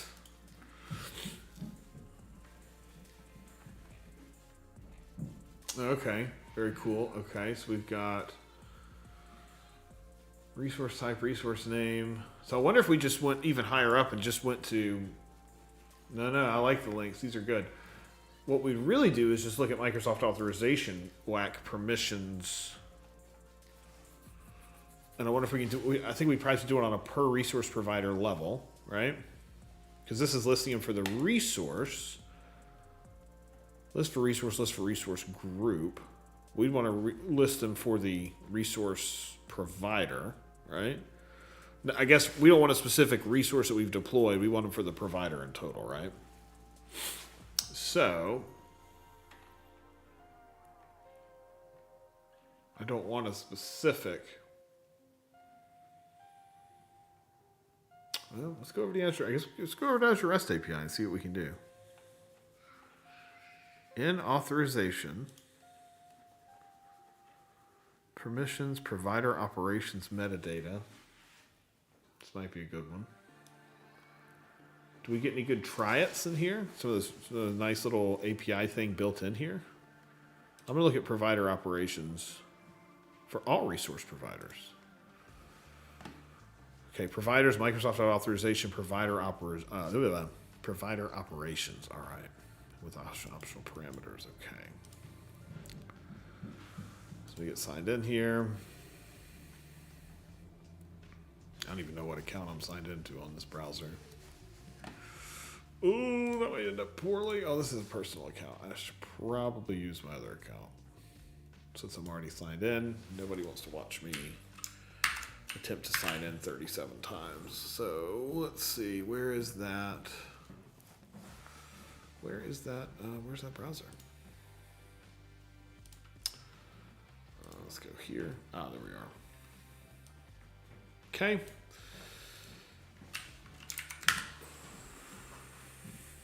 Get signed in, which should be fine because I'm already signed in. Get this going here.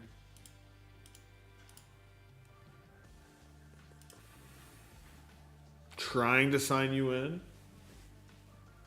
Come on, you can do it. I believe. There we go. Okay, so we're signed in. So if we go to provider operations metadata list, right? So I wonder if what we do is we could get all of our operations here. Then we go over to the other API, the permissions API, and see which permissions we actually need. Oh my God. Yes, that's fine. I don't care. Oh my God. Come on now. Please don't make me choose 1,000 different things. Okay. All right, so we're here. So if I was to run this now, do we get anything back? Okay. Oh, yeah, we do. We get all of them. So these are... So there's our domain services. Cool.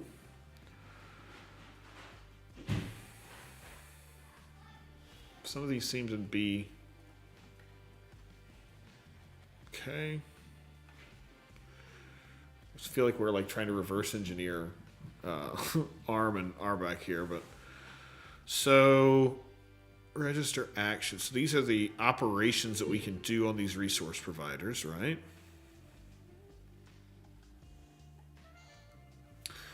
So then if we were to take these over to the permissions one, right? We would be able to see, and we want this. Let me do this for, I actually want this for REST API. Oh no, my microphone, what did I do? I hope nobody's ear got hurt from that. Let me take this here. I'm just gonna fiddle with this thing here. Let's try authorization permissions. Does this actually exist? No, it doesn't. Okay. Provider operation metadata. Permissions, let's look here. Open this in a new tab. This is the one you sent earlier, Vinny. Yeah, see, this is the only thing I don't like about this one is it doesn't enumerate the permissions. All it enumerates is the calling user's permission or service principal, I suppose, to that specific resource instance, which isn't necessarily.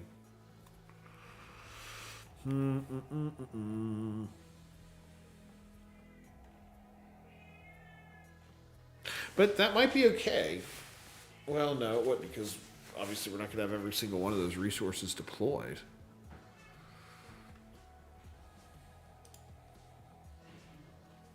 But maybe that's okay.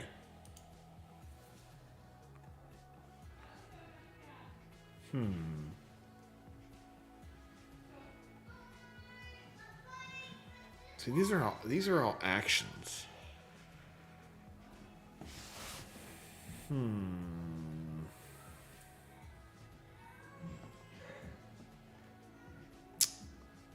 These all end in action because these are the actual thing, right? So those operational actions, then what permissions allow you to do that thing? I guess maybe that, like, how do we tie those two together? How do we say, for example, so this is a registration action, but let's say like check the name availability of a bot, right? What are the permissions that drive you to be allowed to do that? Or how do I allow you to do that, right? And that's really my question. So how do we get those? And maybe we don't. Like,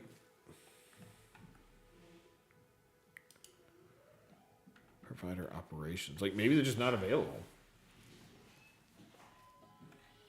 At least not directly for everything programmatically. So I'm kind of, I guess maybe I'm getting at.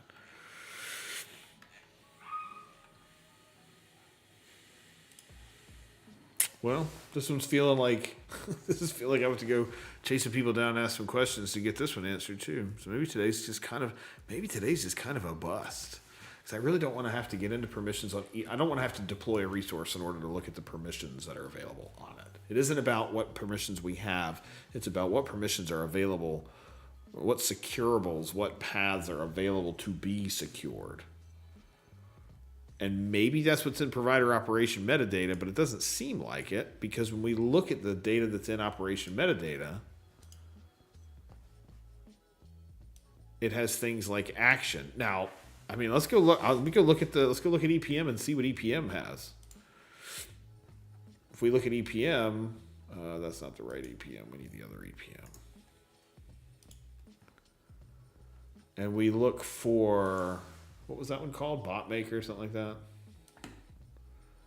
If we were to look here for bot service, okay, so here's bot service. It has 56 unused.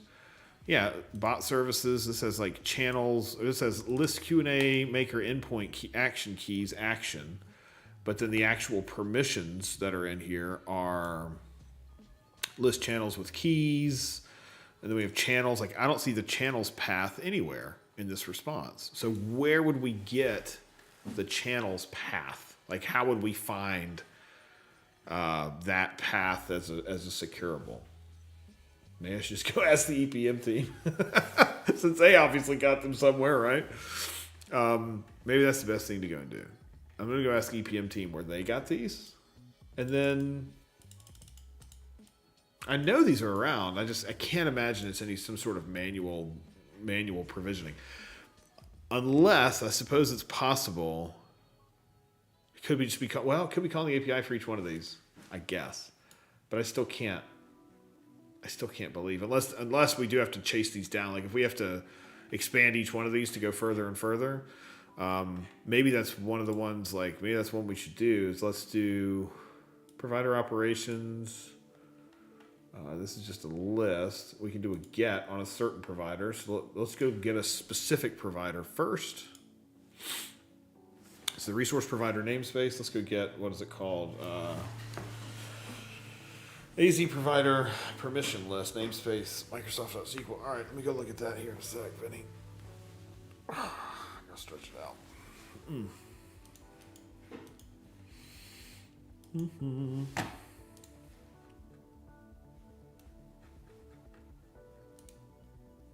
And if we get this from CLI, where do we get it from API? And I guess we'll find out. Let's see.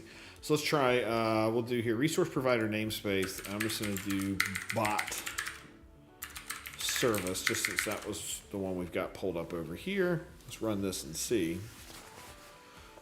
Register action, list Q&A maker endpoints, check name, list service. It gives us exactly what we saw in the other one, which doesn't equate to the permissions list, which of course one's operations and whatever. So some of these are here. Check name availability, for example, is here.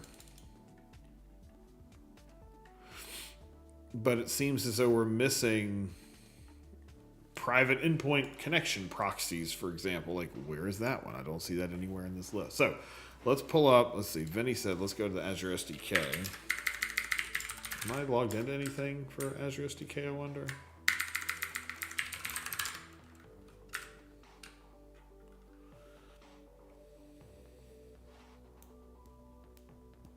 Well, it would be the ability to do it or to not, to do or to do not do, right? But like, for example, some of these like log definitions are only reads, and those are on a different. Now that's on a different provider too. But like, for example, private endpoint connections can be deleted. They can be read. They can be written. But like the proxies can be validated too. Like, they're different. Like the permissions. I want this permission list. I want to, what's the word I'm thinking of? I want to produce this list. I want to see where this list is coming from. All right. AZ is role and associated action. Well, right, but that's what I'm saying is, where are these Where is this defined? Where is bot services connections read defined? Because it's not a path over here in our operations metadata, right? There's no connections listed here, right? So where is that? And then the fact that it can be read or it can be written, where is that defined? That's what I'm trying to find. And I mean, obviously it's got to be somewhere. It's just a matter of where. And it is going to be per service, absolutely. Like, definitely per service. I'm just not sure where, from what API, we can go and fetch that information. So let's try. Let's see. AZ provider permission list. And let's do namespace Microsoft.bot service. And worst case, we'll have to go fiddler this thing. See where it's going. Go to the code for this and see where it's going. Microsoft.bot service. And let's do an output of table for the moment, because who knows what we're actually going to get out of this call. Or if I'm even signed in. Okay, so that didn't do anything. Okay.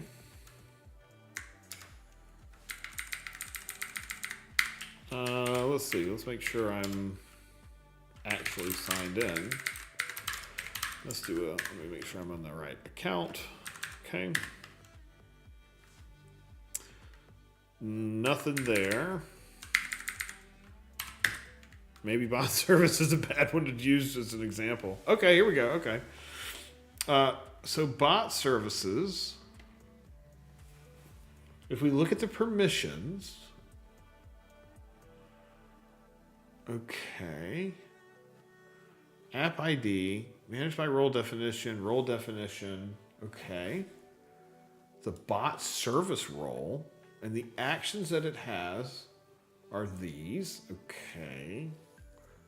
This looks like the permissions that the provider has, though, back in your... Maybe not that, maybe not that. Okay.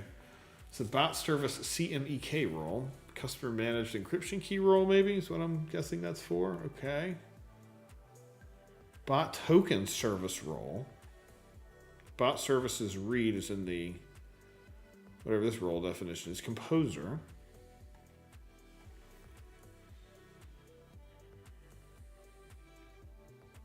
So maybe what it is that there's just a set of...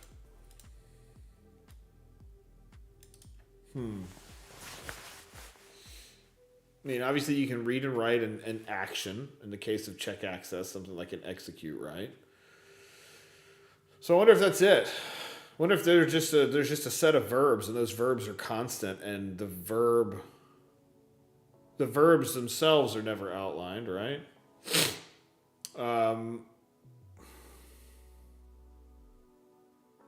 But rather, well, some of them still have to be marked as an action, I would assume. But then it still begs the question of, like, where is bot services connections read, for example? Like, where can I see, or even bot services connections? I don't see that path anywhere. In the provider operations, we see register, we see list Q&A maker endpoint keys, check name availability, list auth service providers. That's it. And in here, we see roles, but we don't actually see the actions. Where's the definition of the action? And that's what I'm trying to find. Maybe they don't exist, or maybe they only exist privately, or maybe they are bespoke for every single resource provider. But I feel like they have to be enumerable somehow. In fact, if we go back and look, we did have the thing on here, so let's go look quickly at this before we go, because I gotta go. I gotta do my day job, or else they're gonna get rid of me here. Let's see, where is that? Let's just go to network and look.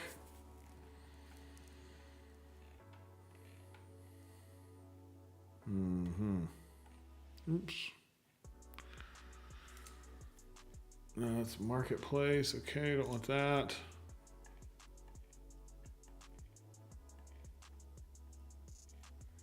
Role definitions, role assignment, ABAC emergency, allow ABAC, provider operations. So this is calling provider operations.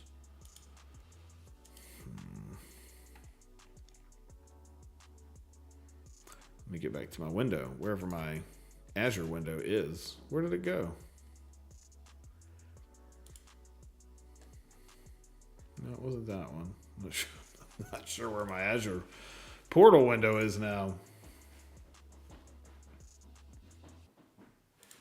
Perhaps it's over here in this one. Nope. Maybe it's back here. Yeah, it's this one. Okay. So let's, and for the sake of simplicity, I'm going to kill this and just reload this page here. All right.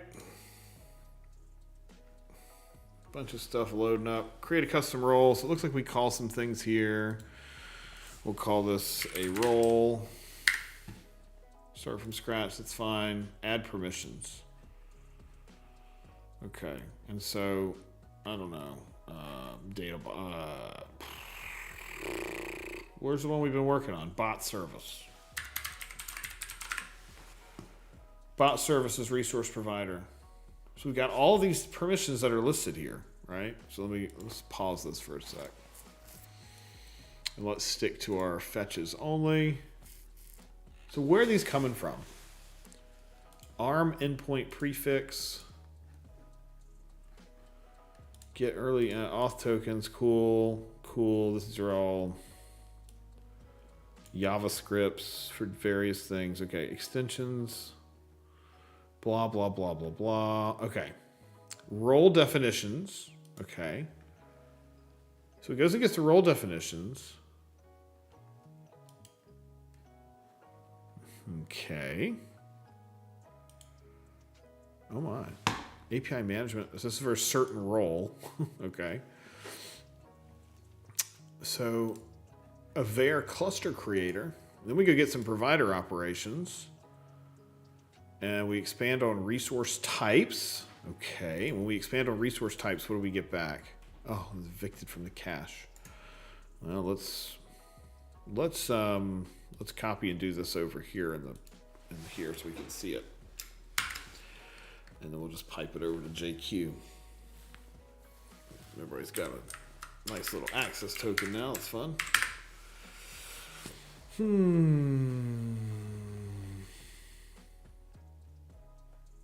So when you expand resource types,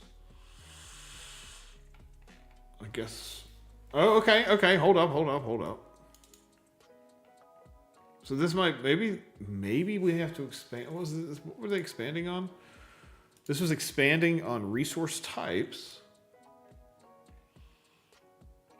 Okay, so maybe this is it. Maybe it is under provider operations. So if we were to back here in our other browser, where we had the API up, if we were to expand on, let's see, provider operation metadata. If we were to expand on resource type, oh, so this is also a different API, right? This is like the private one or whatever. Now, presumably they're quite similar, but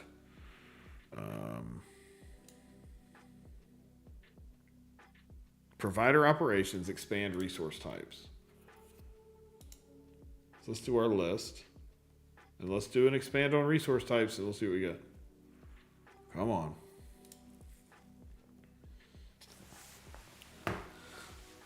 Oh man, I'm tired today.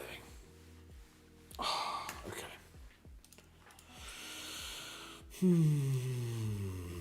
Okay, parameters. We'll do, is that a dollar expand? Yeah, okay, so dollar expand, little OData, and we'll do resource types, okay? And let's see what we get. Okay. And if we were to come through here, and I'll look for bot service because there we go. Bot service, register actions. There's still just 6, unless there's somewhere else.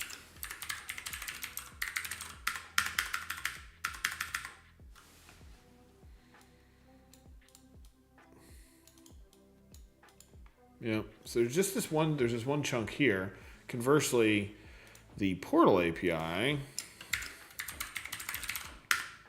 who knows this even will work. I mean, there was so much data that came out of there that I should probably do that somewhere more more conducive. But we just do it. Look at this one. Let's look in the response is gone. That's right. Let's see. What's the best way to get this? You know what we'll do? Let's just do the same one again. Oops. And we'll JQ it to a file. Oh, no, I didn't mean to do that. Okay. All right. And let's just do this to like, do that there, and then we'll just go search the JSON file. Okay, and here, bot service. Okay, so here's our bot service resource provider. Now this has 109, you'll notice. Okay. So, far more than our other API call had. So that kind of makes me feel like maybe there's a private API. Private, of course, being a relative term. There's not a public documented API for this. At least not the one that they're using in the portal. It doesn't mean there's not one, just not the one that's being used in the portal. Because this has right here, channels, for example. Bam. Like we don't get this in our other one. And that's the part that I'm not just not that sure about. So the other thing to look at would be if we wanted to call this API ourselves. I'm not saying we should or we shouldn't do that. It's a 6 meg file, 6 meg JSON, by the way. If we wanted to do that, what kind of access token do we need to do that? Now, my guess is it's probably going to be an Azure. It's going to be that edge management. It's got to be the audience. But 6 megs of JSON, I mean, that's the way to go, right? When in doubt, let's see what the audience is of this token that they gave us to do this. Man, what is this font? This is awful. Management.core.windows.net. Now is that the same audience you get when you call the Azure API? I know, 6 megs JSON. It's wild. Fuel. This is wild. So what I'm thinking is that while this API does exist, in the sense that it is, one more thing to look at before we go. Not that. If I was to do an AZ account access token resource, and that was management.core.windows.net. Would I be able to get an access token for that API? I believe we would be able to, no problem, because it's just a normal OAuth 2 thing, and then we just call the API ourselves. So maybe this isn't actually that bad. Get access token, not just access token.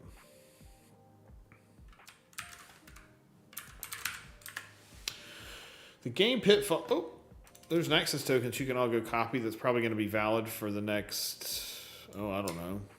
Be valid for the next few hours. Okay, now let's do this. I'm almost certain now that if we were to call edge.management.azure.com, blah, blah, blah, if we call that endpoint with our thing here, I'm sure it'll work fine. We can for the sake of completeness, but oops. So maybe this is where we get it, right? Maybe this is our place for now, and we do that until someone tells us to stop or until it doesn't work. Because, come on, how frequently are these things really going to change? The other thing maybe instead is maybe we use this for now, and then as we get further sort of down the line, maybe then we worry about, or maybe at the same time, I will go ask our friends in EPM and say, hey, where are you getting your data? And, is it internal or is it not? Because lest we forget, users, what is now EPM was CloudKnox, which was an acquisition. Now, it's also possible that because it's crawling users, it can build its own map of these things. You know what I mean? So that could be all it is. It's just that because that's happening, it's not there, or it's already there. It doesn't actually go and enumerate them itself. It just enumerates what users have, and in that demo environment, users probably have a lot of them. Okay, so this works, right, as we would expect. So this does exactly what we do. We should be able to get that access token, no sweat, because I'm fairly certain that resource is the same for all the Azure ones. So I don't think that'll be a problem getting that. Now, I guess the other thing I would be a little curious about is, what's the Azure REST API? What is the Azure REST API's root URL? Management.azure.com. I am a little curious that if we were to do management.azure.com, with that preview version in there, which 4-year-old preview version, would we get the same payload? It's 5.7 meg payload and 5.7 megs. So perhaps it's just one of these. Perhaps it is a.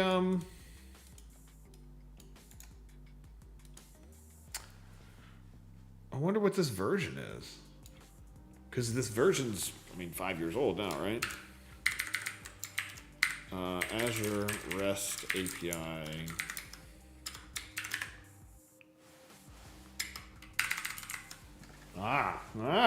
Look at that. So see, we don't have to do anything wrong anyway.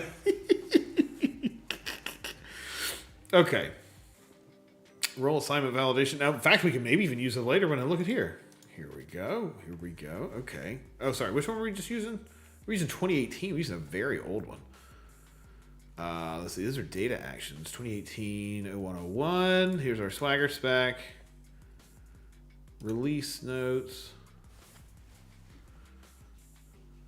Okay. Provider operations metadata. Role assignments. Role definitions. Data actions added to permissions array and role definition entity. So then,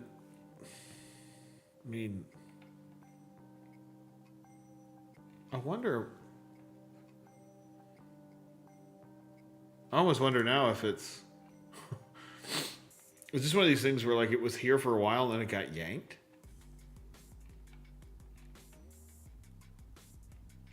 What's the latest version? The latest version is 2022-4.1. We should be able to change this in params. Let's do that. 2022-04.1. We still get it there, 5.7. We still get it here. So what's different between this call and the one that we did in the browser now, I wonder? What API version was that? Management.azure.com, WAC providers, authorization, provider operations,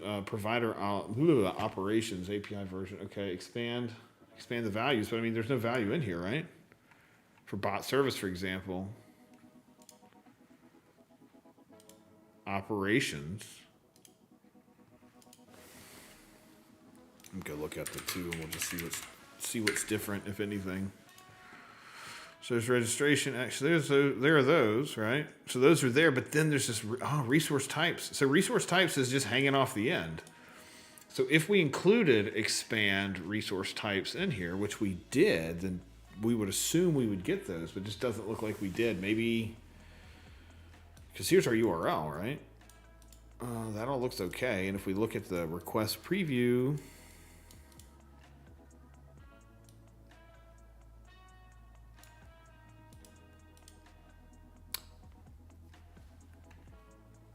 Right. Okay, so I guess what we found here was a UX issue of you have to actually press the plus sign to make your URL change, because now this page is so slow that I'm almost certain that we just got a 6 meg payload here too. So, like most things on this show that you've come to expect, looks like it was operator. Potentially, anyway, operator error. Yeah, because here are all the resource types. That's great, though. So now we know what it is. It is resource. We have to expand the resource types. on provider operations. This should give us everything we need. We've got the 6 meg JSON file that we can go and parse, I guess, if we really felt like we wanted to do that. I suppose we could. But if nothing else, let's say we've got a copy of this too. So let's save a copy. We've got a copy right here, right? Awesome. So I'm actually feeling like maybe this isn't too bad. Like maybe we did okay. And then I'm just going to stub out a little. Let's stub a quick function here for attach. What should we call this? Permissions data, right? And we'll just drop this URL in here. So we got it. Cool. So we can use the latest one. We can expand our resource types to be able to get it. And then when out.json, we have a copy of that data. So that's awesome.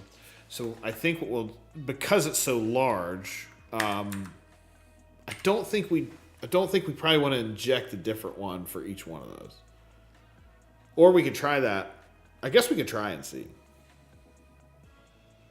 Because we're going to be adding those 2 extra elements, or at least we're going to add that extra container element. Do we really want to do that to 12,000 of these things? I'm not sure. I'm not sure performance-wise what that's going to look like. But I guess we'll find out. We'll find out during the next one. So let's go down the list. Be sure to join the hackathon. Be sure to join the Discord.